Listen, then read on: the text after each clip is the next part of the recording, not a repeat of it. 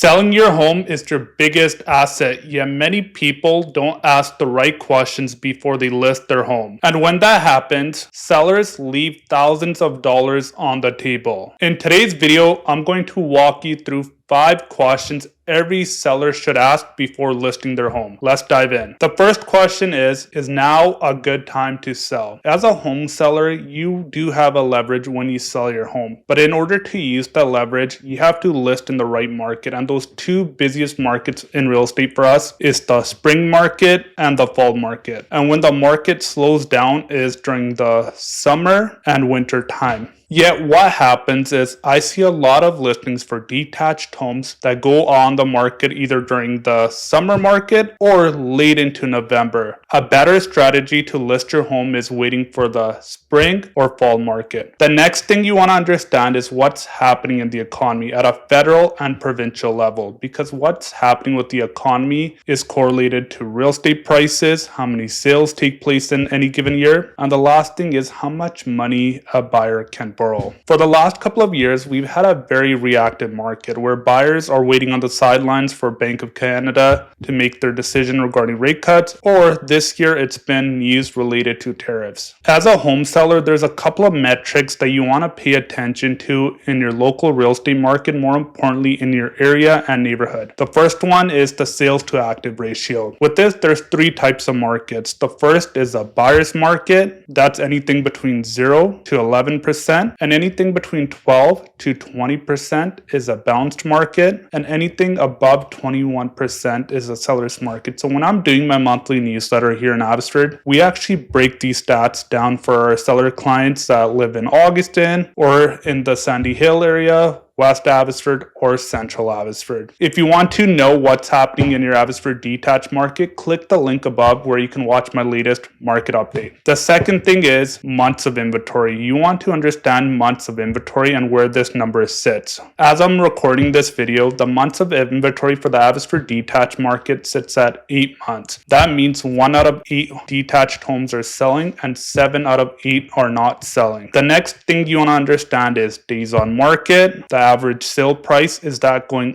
up or down in the last couple of months? When you have all of this information in front of you, you're able to analyze it, understand the market conditions for your neighborhood, and make an informed decision. The second question you want to ask is, what's the selling process really like? When we sit down with sellers for the first time, we want to understand why they're making a move, understanding their why or motivations. The next thing is we look at their home, doing a walkthrough of the exterior and the interior of the property. But one of the most important things at this meeting that me and my team take pride in is educating them on how the selling process works. During this meeting, we share a 1-page information sheet with the sellers so they understand how the selling process works from beginning to end, what they can expect after our meeting, and some of the things that are involved before we list their home. When we're working with sellers, it might take us about 3 to 4 weeks to get their home ready for the market. And some of the things that happen before is we help schedule a consultation with our home stager where they give them a list of recommendations for things that they can do to improve the exterior or the interior of the home. Then after that, we book photos and the home video tour. We're going to share some of the things that the sellers can improve, which cost no money. Or the most popular thing is if you've owned your home for 15, 20, or 30 years, there's a very good chance there's a lot of stuff in your home that you've been collecting. So one of the things we encourage all of our sellers to do is declutter and move some of their stuff to a storage locker. So it opens the home up and makes it look a lot bigger than it actually is. The next thing is we're going to book photos, a video tour, and a floor plan. Another important thing that we bring up at our initial meeting is the fees for service. Once we share the home evaluation with our sellers and they have that in hand, they have all the information in front of them, what their home is worth in today's market, what it will sell for, what we charge as a team for fees of service, and how much money they will have left over with the sale proceeds. So they can make an informed decision about if this is the right time for them to make a move or if they have enough money for retirement. The third question you want to ask is, how much is my home worth in today's market? Right now in the Abbotsford detached market, we've noticed a lot of changes, and they're most importantly related to tariffs. So I'll give you an example. Beginning of the year, I sold a detached home here in central Abbotsford near Mill Lake Park, where I sold that home from $1,075,000. At that time, it was one of the highest sale prices in that area. But what we've noticed almost 8 to 9 months after is detached home prices have gone down approximately $75,000 for homes in that area. When we're talking to sellers, they might not have an idea about what their home is worth in today's market. They might be aware of what their neighbor's home sold a couple of years ago, or a sale that might have happened 3 to 6 months. Truth be told, the Abbotsford detached market is changing every month or even every week. So that's why when we give a home evaluation to our clients, we want to educate them on the recent sales, but more importantly on the direct competition they are facing with the active listings. Because the active listings right now are the homes they have to compete with in order to sell their home. Earlier in this video, I was talking about right now in Abbotsford, there's 8 months of inventory. So we want to pay attention to those active listings that are priced well. And right now, what I'm doing is when I'm doing a home evaluation for my seller clients, I'm giving them a $20,000 to $30,000 price range where they can expect homes to sell within. Once you have all of this information in front of you, you can make an informed choice. The fourth question you want to ask is, should I renovate or sell it as is? This is actually one of the most popular questions I get from home sellers right now, where they're thinking about making major renovations to the home and are wondering if that adds extra value to their home. I help answer this question in 2 phases. In the short term, no. But if you're planning on living in this home for the next 8 to 10 years, yes, it makes sense. If you spend $40,000 to $50,000 upgrading your home kitchen, you're not going to get the ROI if you're looking to sell your home tomorrow. Right now, there's a home listed here in Abbotsford. I'm not going to share the address, but the sellers bought that home a couple of years ago, let's just say for $1.2 million.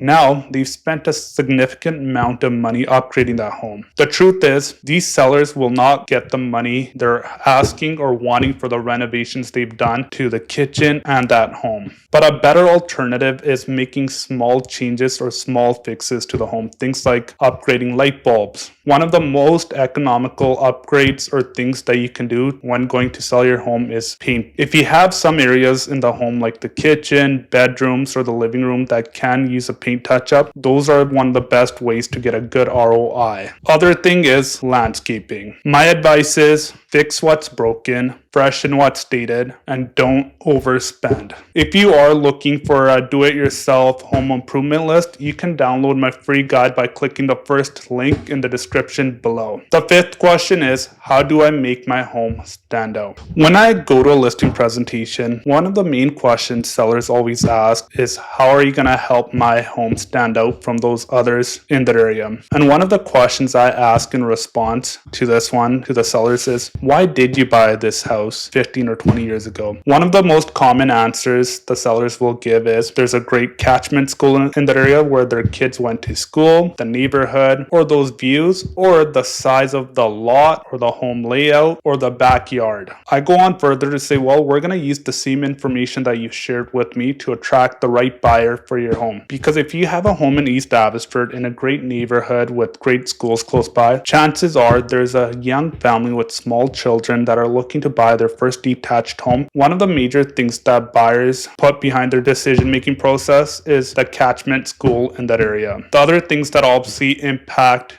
with your home selling is a price. The second thing is marketing. And the third thing is presentation. So the way that we can focus on price is listing your home at market value. When you list your home at market value, you attract a pool of buyers at 60%. Overprice your home by 10% and the pool of buyers shrinks to 30%. Overprice the home by 15% and the pool of buyers shrinks to 10%. The second thing is marketing. When you're working with my team and I, we have a great marketing strategy that we use in order to get your home ready for the market. And some of the things are magazine photos, floor plan, and a home video tour that includes a list of things that will make your home stand out to potential buyers. And the last thing is presentation. So one of the things that you can do for the presentation of your home is being flexible with showings. And the other thing that you can do is making sure you keep the home clean and tidy for those showings. If you are thinking about selling your home, it's very important that you ask yourself these 5 questions first. The second thing you want to understand is buyer psychology. The buyers that are buying homes in your area today are thinking very differently from those buyers in 2021, 2022, and 2023. That's why you need to watch my next video, because I walk you through a list of things that buyers are thinking about right now, so you can step in their shoes and understand the things that they're thinking or feeling right now. Let me know your thoughts in the comments below about things I might have missed in this checklist. I'm Gary Dhindsa, and I'll see you next week.